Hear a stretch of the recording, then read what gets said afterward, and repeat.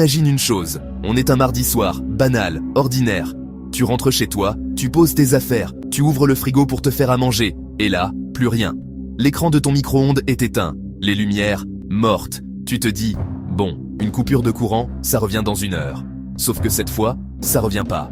Ni dans 1 heure, ni dans un jour, ni le lendemain. Ton téléphone s'éteint faute de batterie. L'eau du robinet ne coule plus. Le supermarché du coin, vidé en 6 heures. Les gens se battent pour des packs de bouteilles d'eau sur le parking. Et toi, t'es là, debout dans ta cuisine, dans un silence que t'avais jamais entendu, avec strictement rien pour tenir. Et là, une question te traverse l'esprit, glaciale. Je tiens combien de temps comme ça ? 2 jours ? 3 jours ?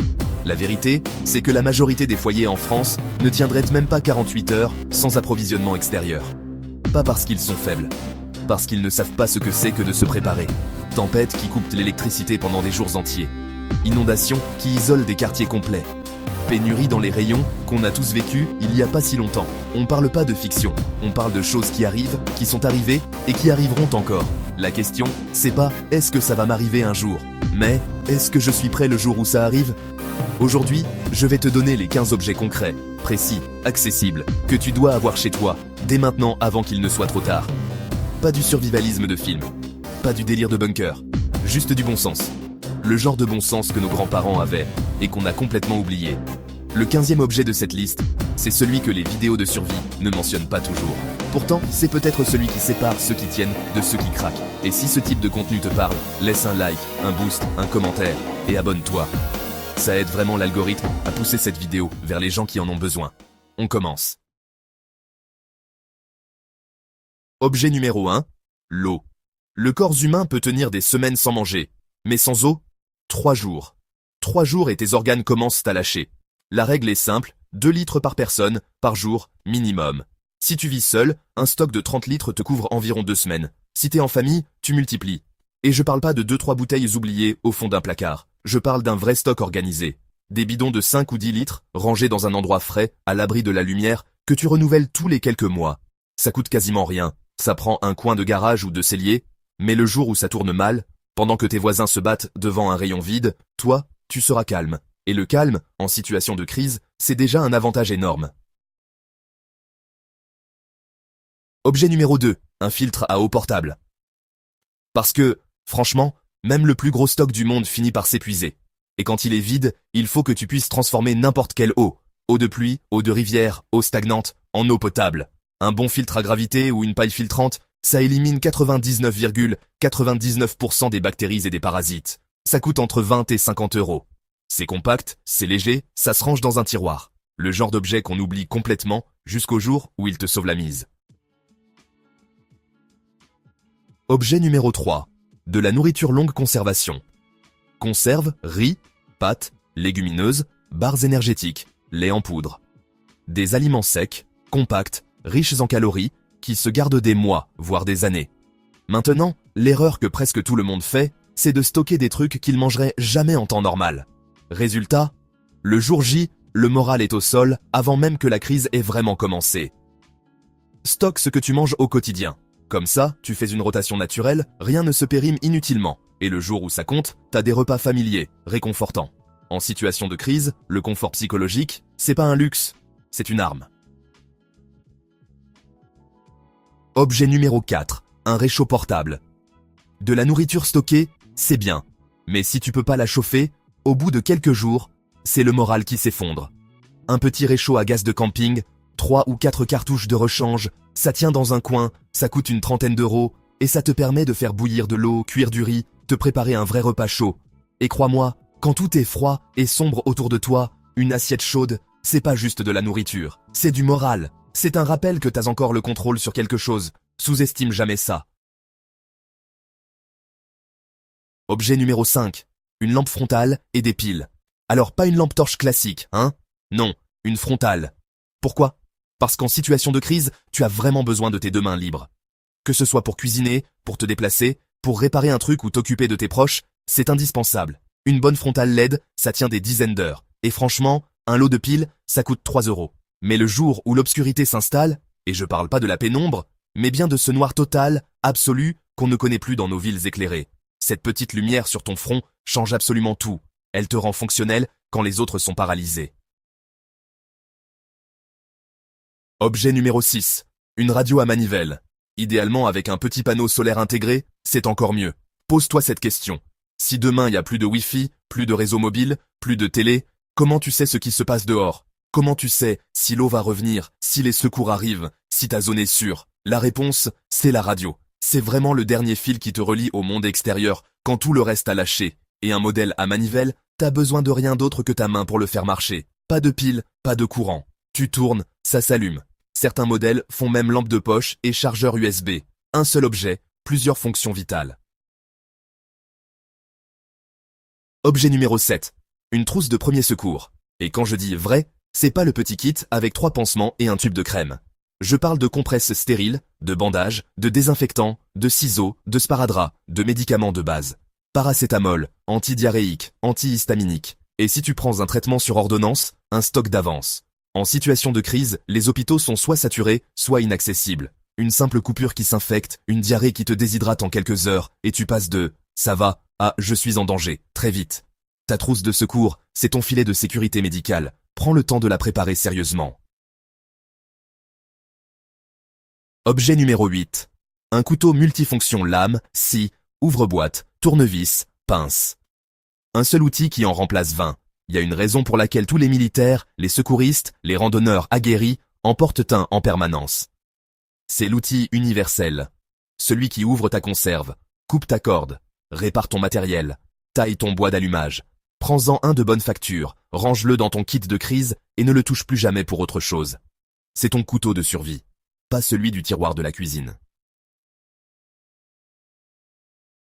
Objet numéro 9. De quoi faire du feu. Sous plusieurs formes, hein? Pas juste un briquet au fond d'une poche.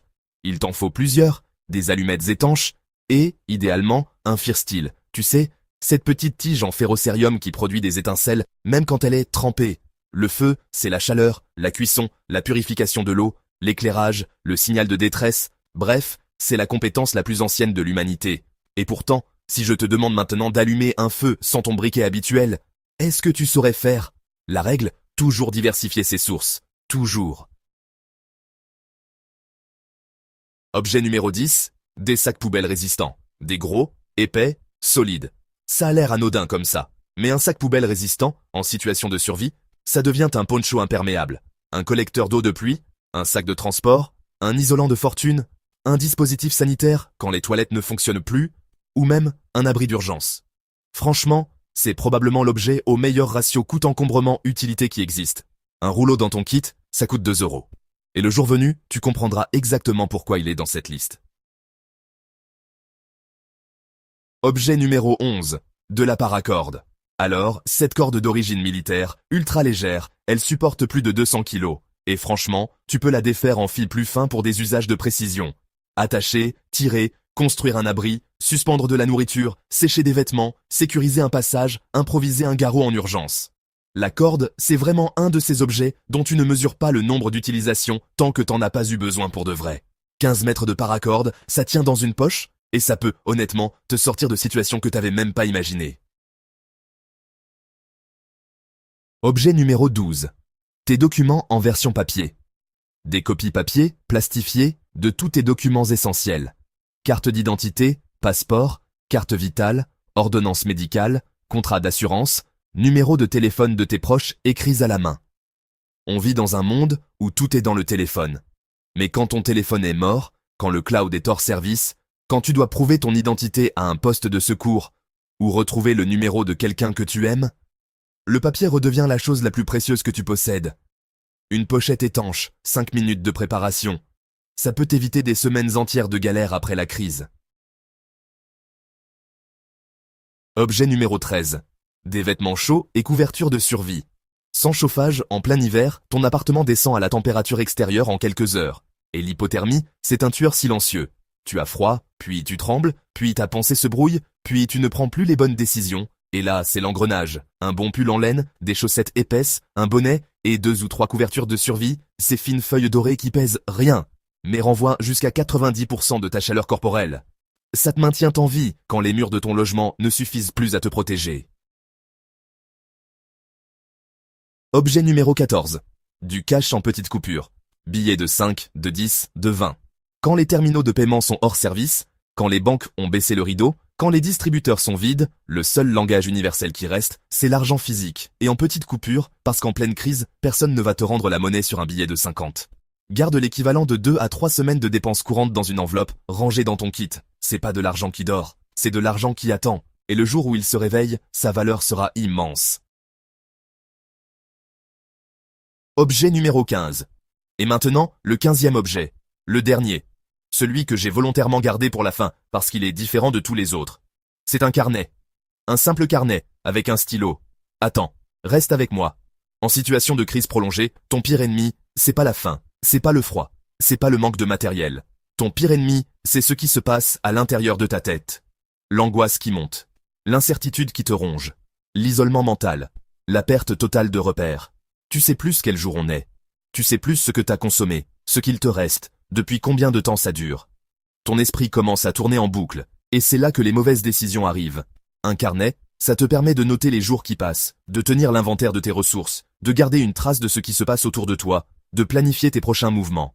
Mais surtout, et c'est là que ça devient puissant, ça te permet de poser tes pensées quelque part, de sortir l'angoisse de ta tête et de la mettre sur du papier, de garder un lien avec toi-même quand tout le reste s'effondre. C'est pas moi qui invente ça. Les retours d'expériences de situations de survie prolongée, les récits de prisonniers de guerre, de naufragés, de personnes isolées pendant des catastrophes, convergent tous vers la même chose. Ceux qui trouvent un moyen d'extérioriser, de structurer leurs pensées, tiennent plus longtemps et prennent de meilleures décisions.